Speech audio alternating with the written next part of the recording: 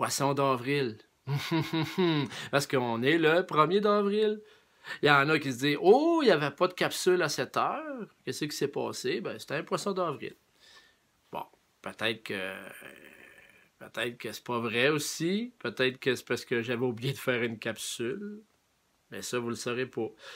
Toujours est-il que j'attendais des suggestions pour une capsule en lien avec les poissons, mais j'en ai pas eu. La seule chose que j'ai eu de poisson aujourd'hui, c'est mes petits voisins d'en face, un petit garçon et une petite fille.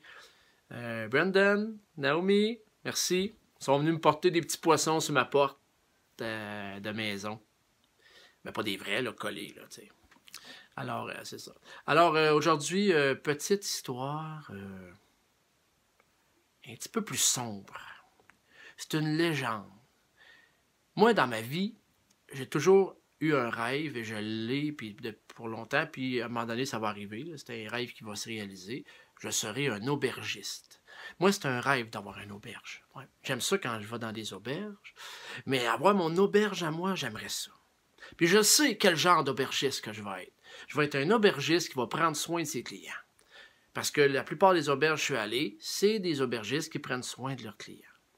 Puis sérieusement, ceux qui me connaissent, je ferais un très bon aubergiste. Ouais, j'aimerais ça un jour avoir mon auberge à moi. Puis, c'est ça. Mais ça n'a pas été le cas de tous les aubergistes. Puis cette histoire-là va peut-être aider les gens comme moi, qui veulent être aubergistes un jour, à faire attention à prendre soin de leurs clients. C'était dans le fond d'un rang, quelque part dans un village.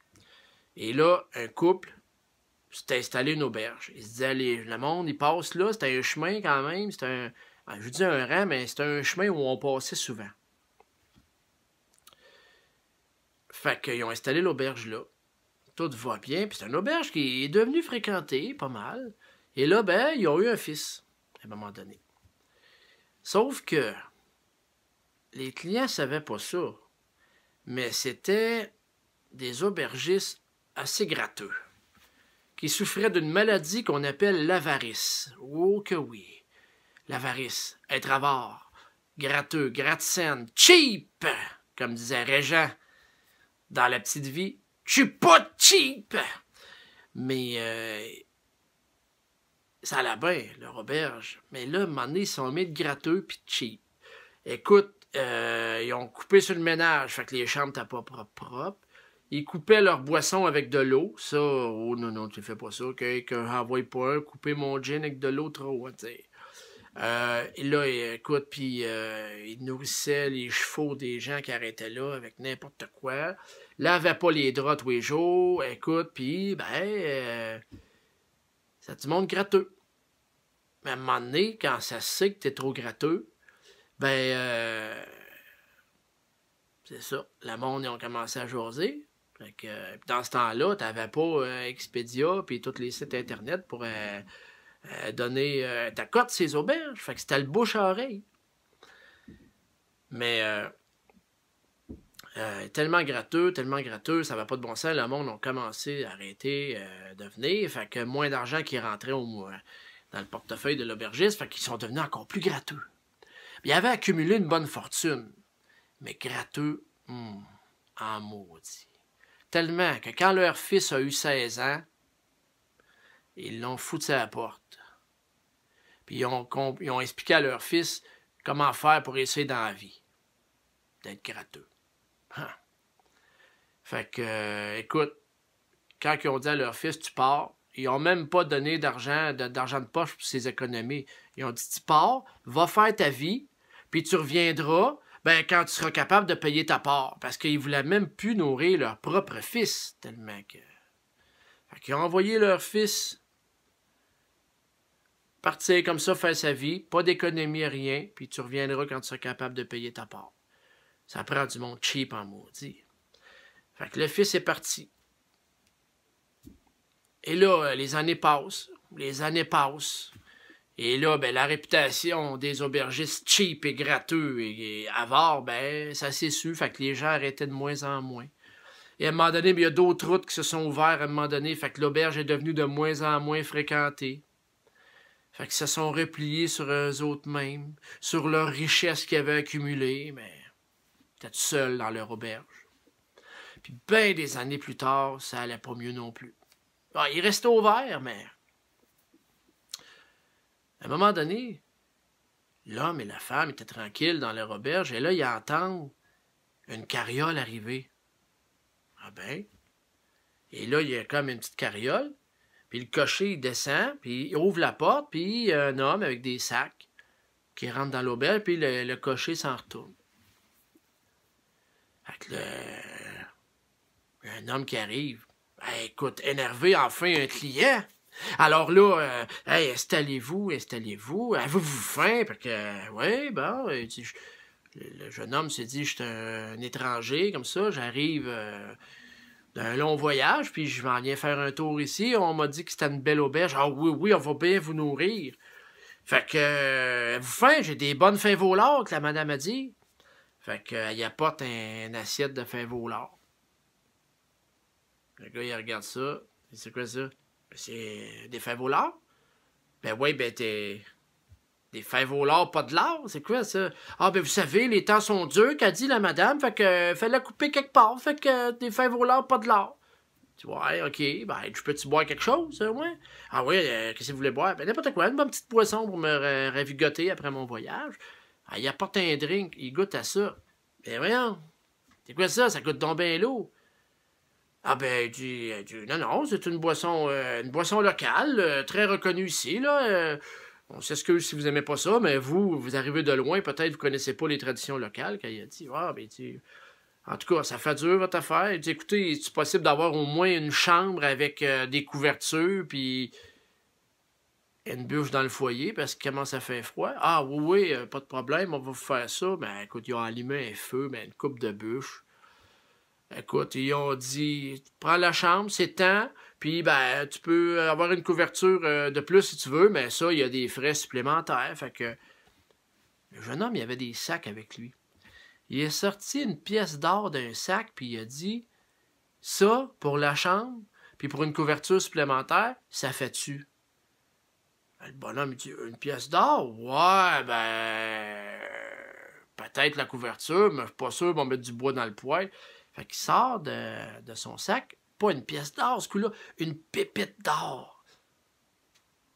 Fait que, il donne ça au monsieur, puis là, le monsieur, il dit, ah oui, avec une pépite d'or, allez vous coucher. Écoute, moi, vous mettre du bois dans le poêle, puis 2, 3 couvertures, des Catalognes, ça va venir au chaud. Fait que le jeune homme, il part avec ses sacs dans sa chambre. Eh boy, le bonhomme, il dit à la bonne femme, il y a des pépites d'or là-dedans.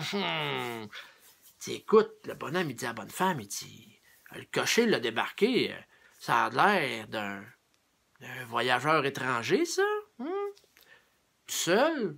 Puis elle l'entend parler, il arrive d'un long voyage, de pas avoir de famille ici. Ah ben, la madame a dit, ouais, c'est le genre d'affaires, ça, genre qui arriverait quelque chose, puis personne ne le saurait, hein, ben, en tout cas, mais il est en sécurité ici. Fait que le bonhomme, il décroche une machette qu'il avait sur le mur de la cuisine, toi, un gros couteau. Puis il dit à sa femme, « M'en aller m'assurer que notre voyageur étranger dort bien. » Fait que, il est monté à la chambre. Il est revenu dans la cuisine avec des pépites d'or puis des sacs de pépites d'or. Il a tout été laissé sur la table. Il a dit à sa femme, oh, c'est fini, là. On est encore plus riche qu'avant. Écoute, demain, on va jeter son corps dans la rivière. Il n'y a personne qui va s'en apercevoir. On est riche, la femme. Écoute, ils se sont mis à compter les pièces d'or puis les pépites d'or puis tout le kit. Le lendemain matin, le cocher qui avait débarqué l'étranger, la veille, il arrive à l'auberge. Ah ben, salut aubergiste. Ouais, qu'est-ce que vous voulez? Ben, je suis le cocher. Hey, m'emmenez aux nouvelles? Ben là, le bonhomme, il dit, qu'est-ce que c'est aux nouvelles? Ben, comment que ça vous a fait, vous autres, de revoir votre fils après tant d'années comme ça? Ça devait être tout un choc, hein? Le silence dans l'auberge. La femme, ben, elle est partie en broyant, puis en courant, puis en criant, puis en hurlant. Ben, elle s'est jetée dans la rivière, justement, où il avait acheté le corps de l'étranger. Le bonhomme, lui, il s'est mis... Il a figé. Là, le cocher ne comprenait pas tout ce qui se passait. Il a foutu le camp. Mais le bonhomme, il s'est assis à la table. Il voulait une date réalisée. que par avarice, puis par l'amour de l'argent, ben, il avait tué son propre fils, qu'il n'avait jamais reconnu, qui était revenu de faire la ruée vers l'or. Ben là, il avait une barbe, tout le kit, il avait vieilli, il l'a pas reconnu. Ben, il s'est mis à table, puis il a compté ses pépites d'or. Il les comptait une par une. Puis il les remettait dans le sac. Il les revidait, puis il les comptait, puis... Ben, la légende a dit que ce bonhomme-là, ben, il est mort à la table, en train de compter ses pépites d'or. Puis l'auberge, ben, elle a été abandonnée. Abandonnée. Puis à un moment donné, il y a des gens qui l'ont retrouvé dans le fond des bois, parce qu'il n'y avait plus personne qui passait par là. Puis il paraît que si tu tends l'oreille les soirs, t'entendrais des hurlements, puis t'entendrais des petites pépites d'or, puis des pièces d'or tomber d'un chaudron. Clic-cling, clic-cling, clic-cling. Mais ça serait le fantôme de notre bonhomme qui compte ses pépites d'or soir après soir. Alors vous voyez, si un jour je suis aubergiste, vous viendrez dans mon auberge. Oups, pas comme ça. Vous viendrez dans mon auberge. Ça me fait plaisir. Puis j'ai hâte un jour de vous voir dans mon auberge. Puis je vais vous servir de la bonne boisson. De la bière de microbrasserie, pourquoi pas? Je vais peut-être faire ma propre bière, puis je vais pas la couper avec de l'eau. Puis chez nous, vous allez manger des fèves au lard avec du lard. Puis si tu veux un extra lard, tu auras de l'extra lard. On va en faire aussi pour les végétariens, là. Des fèves au lard au tofu. Vous allez voir, ça va être bon. Mais la chose que vous allez avoir dans mon auberge, vous n'allez pas mourir, inquiétez-vous pas. Vous allez avoir du plaisir. Ça, je vous le garantis. Je vous le garantis, parce que j'ai eu du plaisir dans toutes les auberges que j'ai visitées dans ma vie, et vous aurez du plaisir dans la mienne. Mais ça, c'est pas pour tout de suite, là. Les réseaux sociaux, partez pas en peur, dites pas que de la Chevrotière est rendu propriétaire d'une auberge. Non. Mais ça va arriver. Là-dessus, je vous souhaite une bonne soirée, et à bientôt.